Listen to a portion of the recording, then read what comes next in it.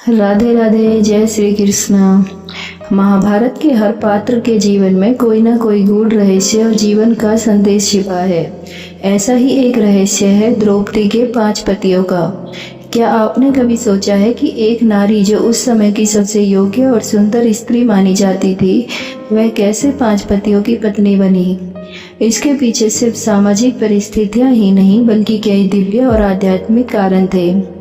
द्रौपदी का जीवन केवल इस जन्म तक सीमित नहीं था। पौराणिक कथाओं के अनुसार द्रौपदी ने अपने पिछले जन्म में भगवान शिव की कठोर तपस्या की थी। वह एक आदर्श पति की कामना कर रही थी, लेकिन उन्होंने अपनी प्रार्थना में कुछ विशेषताएं मांगी।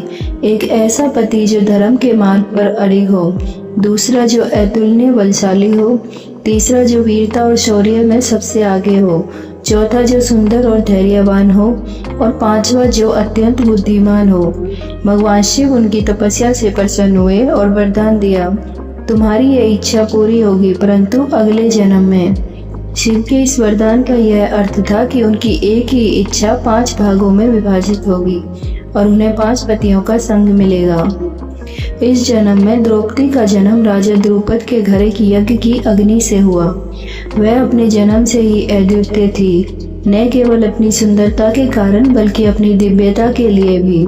उनके स्वयंवर में अर्जुन ने अद्वितीय धनुर्विद्या का प्रदर्शन करके उन्हें जीता, लेकिन यही वह पल था जिसने इस कथा को एक नया मोड़ दिया। अर्जुन और उनके चारों भाई द्रौपदी को लेकर अपनी माता कुंती के पास पहुंचे। जैसे ही उन्होंने कहा, माँ देखो हम आपके लिए क्या लाए हैं, कुंती जो उस समय भीतर बैठी हुई थी, अनजाने में कह बैठी कि जो भी लाए हो उसे आपस में बांट लो। कुंती का यह आदेश धर्मराज युधिष्ठिर के लिए एक नियति का संकेत था। वह मानते थे कि माता पिता का आदेश शास्त्र सम्मत और धर्म का पालन करने योग्य होता है। इसीलिए उन्होंने निर्णय लिया कि द्रौपदी सभी भाइयों की पत्नी बनेगी। इस निर्णय के बाद द्रौपदी और पांडव धर्म संकट में थे। यह परिस्थिति नैतिकता और समाज के नियमों के विपरीत लग रही थी। तब महर्षि व्यास ने इस रहस्य पर प्रकाश डाला। उन्होंने बताया कि यह घटना केवल संयोग नहीं थी। द्रौपदी के 5 पतियों का संग शिव के वरदान और उनके पूर्व जन्म के कर्मों का फल है।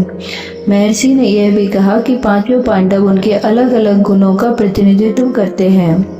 जैसे युधिष्ठिर धर्म और न्याय के प्रतीक हैं, भीम अद्वितीय बल और साहस के प्रतीक हैं, अर्जुन युद्ध कला और शौर्य के प्रतीक हैं, नकुल सुंदरता और विनम्रता के प्रतीक हैं, सहदेव बुद्धिमत्ता और परिपक्वता के प्रतीक है। द्रौपदी के इस जीवन में इन सभी गुणों का सामंजस्य होना उनके पूर्व जन्म के वरदान और नियति का ही परिणाम था। द्रौपदी का जीवन केवल 5 पतियों की पत्नी होने तक ही सीमित नहीं था। उन्होंने अपने जीवन में अनेक कठिनाइयां झेली, अपमान सहा और फिर भी धर्म के कर्तव्यों के मार्ग पर बनी रही। उनके 5 पतियों का संग यह दर्शाता है कि उनका जीवन केवल व्यक्तिगत इच्छाओं के लिए नहीं, बल्कि धर्म और समाज के बड़े उद्देश्य के लिए था। उनकी कहानी यह सिखाती है कि कभी कभी हमारे जीवन में जो परिस्थितियां असामान्य लगती हैं, वह हमारी आत्मा की पुरानी इच्छाओं और कर्मों का परिणाम होती हैं। द्रौपदी के 5 पतियों का संग उनके लिए सिर्फ एक सामाजिक बंधन नहीं था, बल्कि यह धर्म, कर्म और त्याग का एक बहुत बड़ा उदाहरण भी था। द्रौपदी की कथा हमें सिखाती है कि जीवन में हर घटना के पीछे कोई ना कोई कारण होता है। यह कारण चाहे हमारे कर्म हो, हमारी इच्छाएं हो या फिर ईश्वर की लीला। हमें हर परिस्थिति को स्वीकार करना चाहिए और धर्म के मार्ग पर अड़िग रहना चाहिए।